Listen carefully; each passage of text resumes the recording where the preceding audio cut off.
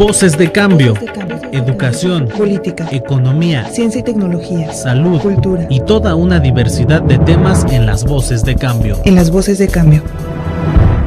Muy buenos días, bienvenidos a Voces de Cambio de Michoacán.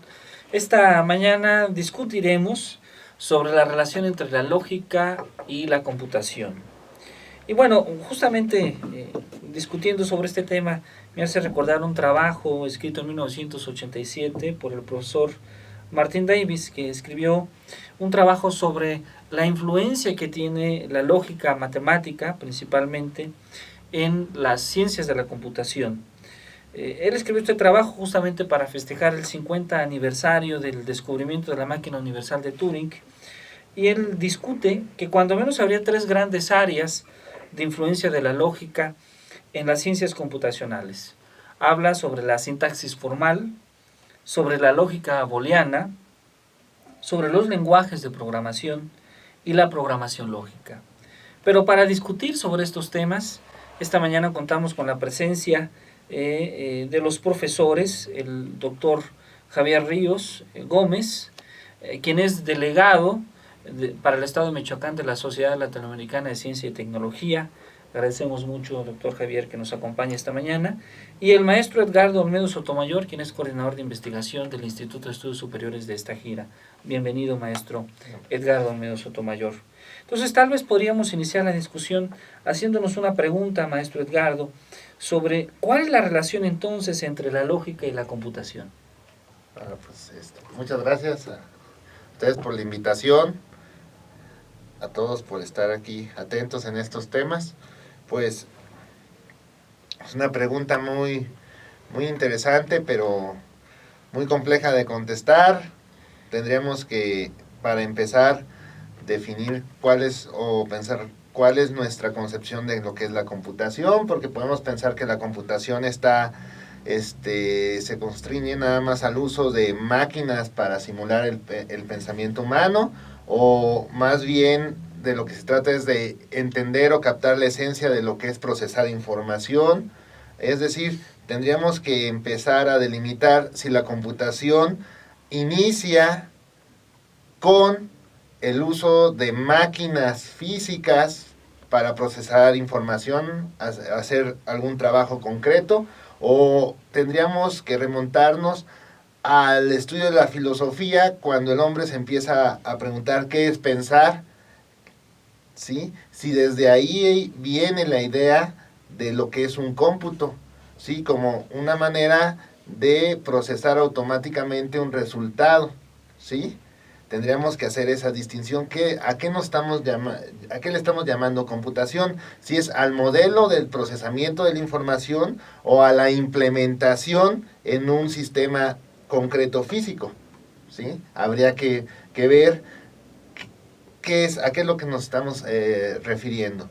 Desde el punto de vista filosófico, esto se pierde en los anales de la filosofía, ¿no?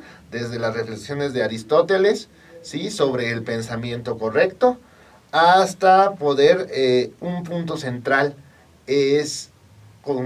creo yo, surge cuando Leibniz intenta hacer lo que llamaba un cálculo universal para poder, en todos los pensamientos, quería él codificarlos en un solo lenguaje, y ese lenguaje podría ser representado simbólicamente y operado a través de cálculos lógicos, secuenciales, en el cual cualquier disputa filosófica o de otro tipo podría ser simbolizada, ¿sí? Y después observar un proceso de deducción y a partir de ahí tener una certeza clara, ¿sí? Y entonces se acabarían, diría Leibniz, las disputas filosóficas, porque entonces ya tendríamos un método para dirimir cualquier disputa intelectual. Ese es uno de los primeros sueños que tuvo Leibniz sobre la automatización del pensamiento, que tiene mucho que ver con estas ideas que después son retomadas después de la Revolución Industrial y que devienen al hecho de los actuales ordenadores. Muchas gracias, maestro Edgardo. Doctor Javier, entonces, en esta relación que nos comenta el maestro Edgardo Méndez Sotomayor sobre la lógica y la computación, ¿cuáles considera usted que son las principales influencias que tiene la lógica en el área de la computación? Gracias por la invitación y igual siempre será un placer aquí compartir con todos los que nos escuchan. Pues la forma, digamos que más adecuada que encontraron los científicos para realizar los dispositivos o crear esos aparatos para cálculos, para hacer todo el mundo de la computación, el ponerlos a funcionar, la forma en la que encontraron es crear demasiados circuitos lógicos. Todo ese mundo entero de la electrónica, toda esa parte que pone a funcionar los dispositivos, todo ese cómputo que realizan las máquinas, dentro, lo que es transparente al usuario, dentro de la computadora, pues hay un mundo ahí entero de electrónica, el cual está hecho por bastantes sistemas lógicos, y los cuales llevan lógica. Hay una disciplina pues dentro de la ciencia de la computación que es la lógica computacional, y que estudia y que te da el procesamiento, dirige el procesamiento de la información y estudia los métodos para los cuales hoy en día puedes desarrollar aplicaciones de cómputo basándote en la metodología para desarrollar un pensamiento lógico que sepa crear soluciones usando los sistemas de cómputo. Y dentro de esos sistemas de cómputo, esos sistemas lógicos que decimos llevan lógica secuencial, combinacional y bastante información ahí matemática. Entonces la principal relación es cuando se sientan los cimientos de los dispositivos. Después pues también con Turing. Alan Turing ahí crea los dispositivos de cómputo, pues quiso llamarle universales también, ¿no? Donde encontraba que una máquina pudiera hacer todos los cálculos. Y sienta las bases también para eso, ¿no? La lógica computacional, donde estudia ese pensamiento, como comentaba el maestro Edgardo, que siempre se ha querido simular, ¿no? en otros dispositivos o en algo material que quiere simular siempre el humano, pero para llegar a hacer todo eso, pues los sistemas lógicos en el mundo de la electrónica pues son bastante interesantes. Muchas gracias, doctor. Hablaba el doctor Javier Ríos sobre dos conceptos muy interesantes, ¿no? Por una parte hablaba sobre esta idea de los circuitos lógicos, que está muy ligado a la lógica booleana, pero también nos comentaba sobre la máquina de Turing. Profesor Edgardo, ¿qué es una máquina de Turing? ¿O en qué consiste esta idea de una máquina de Turing? Bueno, pues esa es una pregunta bastante compleja de contestar. Voy a tratar de hacerlo. El modelo de la máquina de Turing es importante porque es uno de los primeros modelos que surgen para tratar de retratar o de encontrar la esencia del pensamiento matemático, es decir, la idea esta de que tratar de ver cuáles son las tareas que efectivamente pueden ser ejecutadas con un algoritmo secuencial y en el cual se pudiera resolver cualquier problema. Entre paréntesis vamos a poner problema matemático, porque una de las cuestiones filosóficas que están subyacentes en esta idea de Turing es que él está hablando de problemas matemáticos, porque él piensa que cualquier problema en sí puede ser modelado a través de términos matemáticos.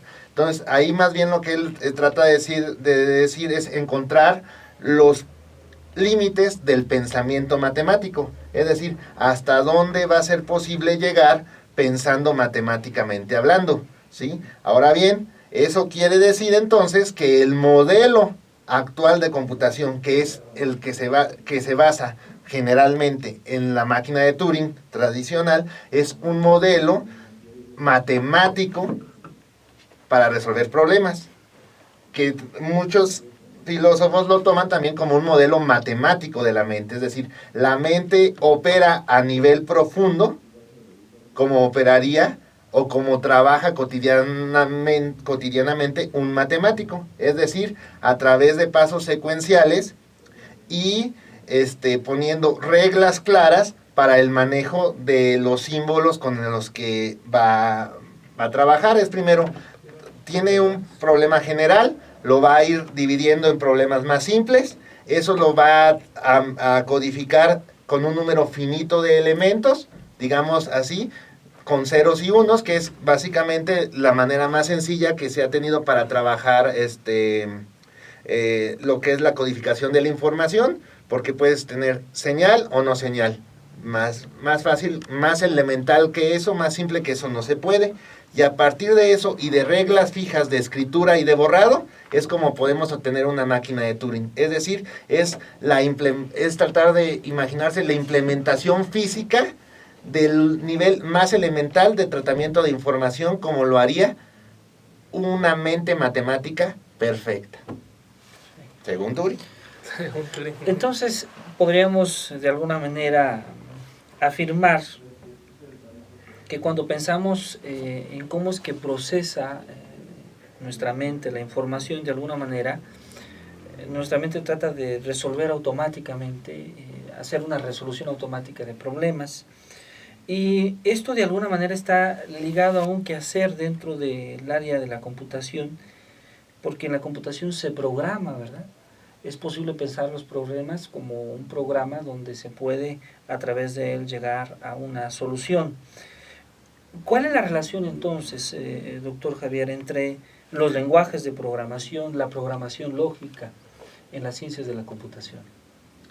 Para llegar a resolver algún problema usando la computadora, que aporte soluciones pues ya sean complejos o tenemos que usar el pensamiento lógico. Un programa simplemente pues es una serie de instrucciones, funciones que realizan alguna tarea en común.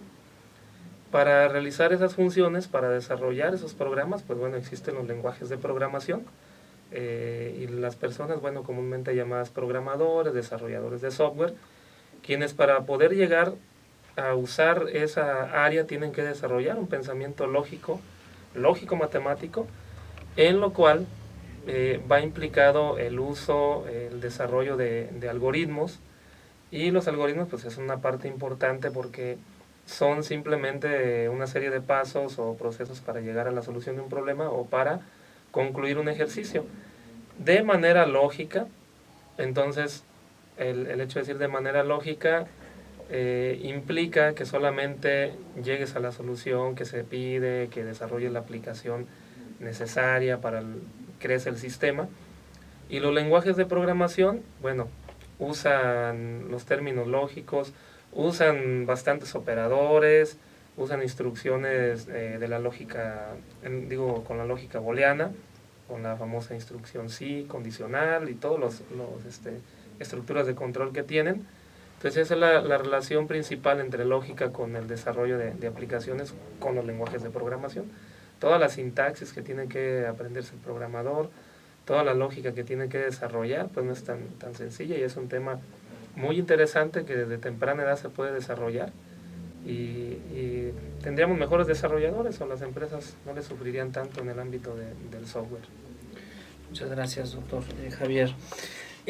Profesor Edgardo, entonces, cuando pensamos que el programa puede ser un instrumento para la resolución de un problema matemático, tal vez como se lo expresaba, podríamos preguntarnos si es posible siempre construir un programa para dicho problema. Es decir, si siempre es posible encontrar la solución de un problema matemático a través de un programa computacional. Entonces hay una teoría, creo que le llaman teoría de la computabilidad, donde se puede estudiar tal vez la relación entre esta problemática que acabo de mencionar. No sé si usted nos podría comentar sobre esta relación entre el programa y el problema matemático. No, pues ese es uno de de las preguntas del $1.000.000, yo creo, pero bueno, hay solución óptima.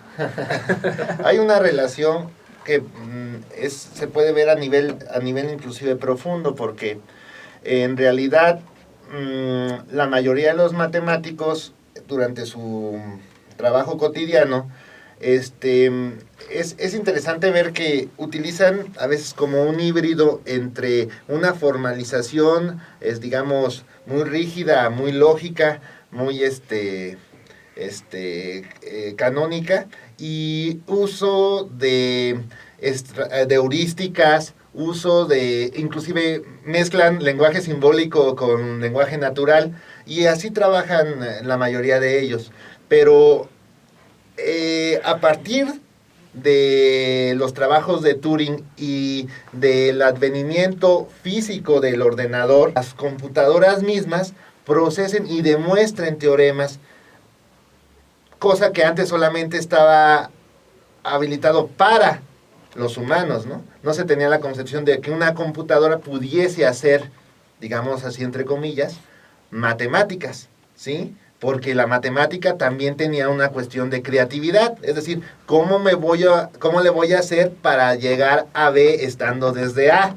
Tengo que construir un puente, un camino de sentencias que se vayan deduciendo de manera clara y evidente una detrás de otra hasta encontrar el camino a B, de A a B, y a esa ruta le llamamos la demostración, ¿sí?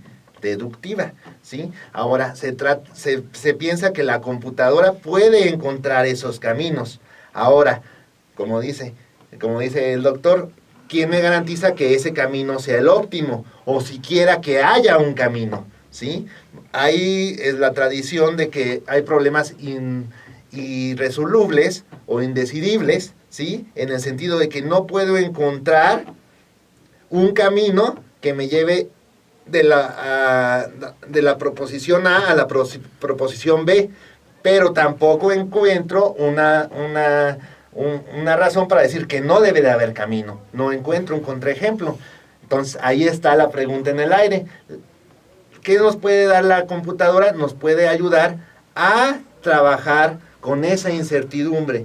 Ahora hay nuevas teorías que empiezan a casar lo que es la lógica matemática tradicional con la teoría de la información, por ejemplo, para entonces sí hablar del sistema matemático como un todo, ya no solamente la sintaxis o la semántica, sino un todo integrado y hacia un objetivo. ¿Qué es lo que quiero hacer? Quiero seguir desarrollando matemática, es decir, no me basta comprobar los teoremas que ya están, sino generar nuevos teoremas y que eso se vaya haciendo de una manera automática también, para que poder hablar inclusive de un pensamiento matemático creativo desde la ciencia de la computación. Y eso a veces le llaman también la matemática experimental, es decir, abrirse a una nueva manera de pensar la matemática que vaya a potencializar su campo de aplicación hacia la vida cotidiana, por ejemplo. Muchas gracias, profesor Edgardo Olmedo Sotomayor. Para concluir, doctor Javier Ríos, entonces, ¿cuál es el papel que juega la lógica en la computación? Es decir, un estudiante que estudia ciencias computacionales requiere conocimiento, requiere desarrollar habilidades lógicas. Sí, por supuesto. O sea, el uso para crear soluciones computacionales no hay más que tener desarrollado tu pensamiento lógico, tu pensamiento lógico matemático. Y hay una caracterización que se ha hecho a esa área, ¿no? Tienes que tener desarrollado un pensamiento algorítmico adecuado para crear soluciones, pues digamos, a veces decimos óptimas, ¿no?